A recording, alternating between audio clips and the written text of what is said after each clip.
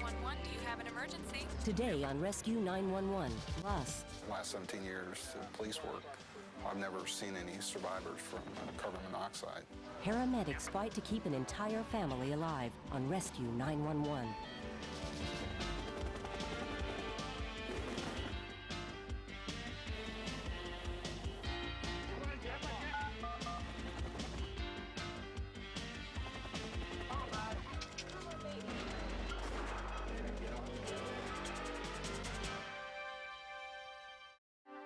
For one family in Prairie Village, Kansas, being viewers of Rescue 911 brought them an unexpected advantage early on the morning of November 11th, 1993.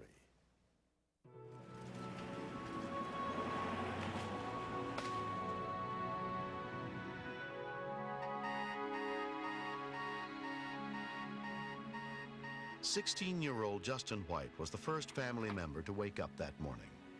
What happened to the family frustrates me a lot because it could have been very easily prevented. We generally had that attitude, you know, it can't happen to us, but it did. Come on, Brand, let's go. Time to get up, go to school. Come on, Brand, move your butt. And I went in to wake my brother up. Come on, let's go. I'm running late and I ain't got time for your game. Let's go. Let's get your butt out of bed. He didn't want to wake up. He was acting like he was real sick. So I got to get up. And I thought he was faking it just to get out of school that day because it was miserable outside. I feel good. Put you in the shower now. He was kind of crying, and then he collapsed onto the floor. Mom? Their parents, Kim and Don Brooks, were asleep just down the hall. It was really hard to get awake that morning, but I heard a commotion in the hallway, so I finally talked myself out of bed. He looked like he had the flu. There was a big flu bug going around the city. What's wrong, bud? Brandon? I said, come on, why don't you get up? And he said, I can't move. I'm paralyzed. Hey, Don? What? Panic kicked in. And they're thinking about putting him back asleep. What's going on? Kim? Kim? Jeez. Once my mom collapsed, my dad said it clicked into his head that it was carbon monoxide poisoning. Open the doors and get him outside. He said get them out of the house. Fire an ambulance. Where do you need us? 7843. 7843. What's the problem there? Carbon monoxide. It's in the house. My wife went down and my son went down. Are they awake? Yes, I got them awake and I got them outside. Okay. Johnson County dispatcher Darlene Walker took the call. A small quantity of carbon monoxide can be lethal. He was in danger the longer he stayed inside. Most people that die from carbon monoxide poisoning die in their sleep.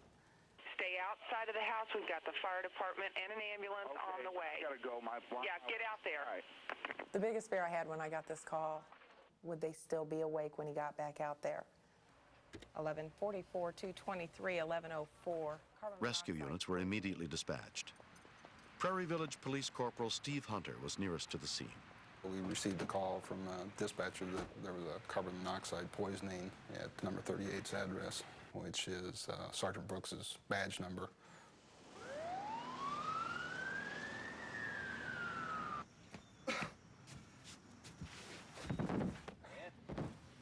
Ed? He became unconscious at that time. Janet, come. Come here, girl. Come here. And they were very pale, very blue looking. They weren't moving any. I thought they were dead.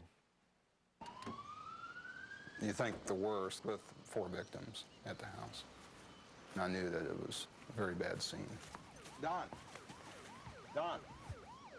The carbon monoxide was so strong there at the front door that I went in probably 15 seconds or less and immediately received a headache. Can you hear me? The last 17 years of police work, I've never seen any survivors from carbon monoxide.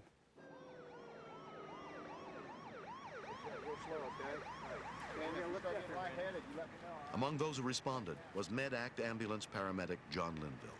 The main symptoms of carbon monoxide, the early symptoms are ringing in the ears, maybe some visual difficulties, nausea, vomiting, a throbbing headache. An engine company from Fire District Number 2 arrived, led by Lieutenant John Allen. I bunked up put on my air pack and my carbon monoxide monitor. My firefighter just at the front door had a reading of 200 parts per million. Right then, those people are really in danger. In the back rooms, where the air hadn't really had a chance to naturally ventilate, our reading went as high as 300 parts per million.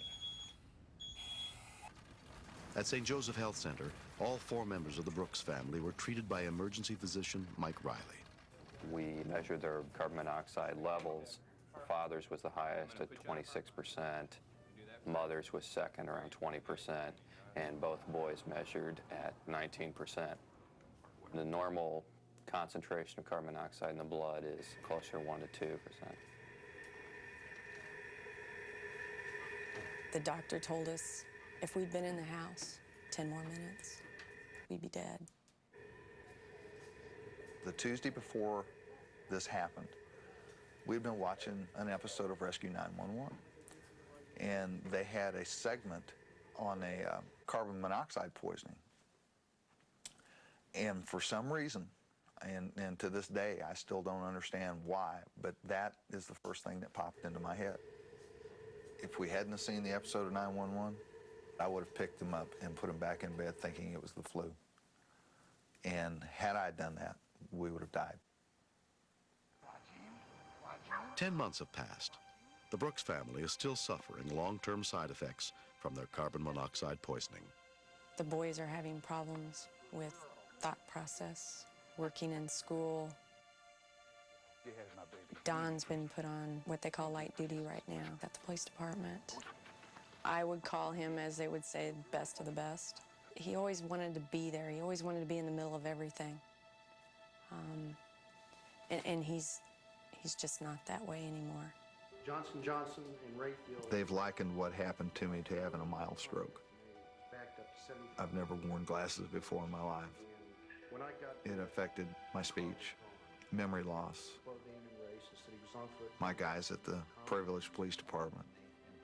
It was a very strange feeling that I would be the one that they had to come to instead of me being the one having to go to somebody.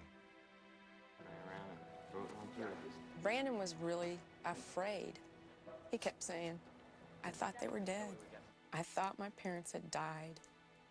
And it wasn't until I read his letter that I realized really how much they were upset. A subsequent investigation determined that the buildup of carbon monoxide was caused by improper furnace venting. Carbon monoxide is a killer. It creeps into your house and it creeps into your body and you don't even know what's there. I think everybody should have a carbon monoxide detector in their home.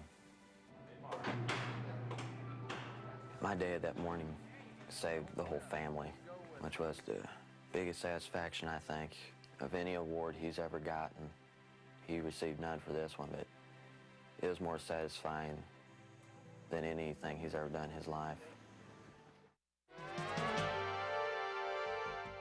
Next, step inside the command center where the calls for help are answered and meet the real-life heroes who save lives. Stay tuned for another episode of Rescue 911, next on Discovery Health Channel. Real life, medicine, miracles. Mr. Shapiro, step out of the car, please.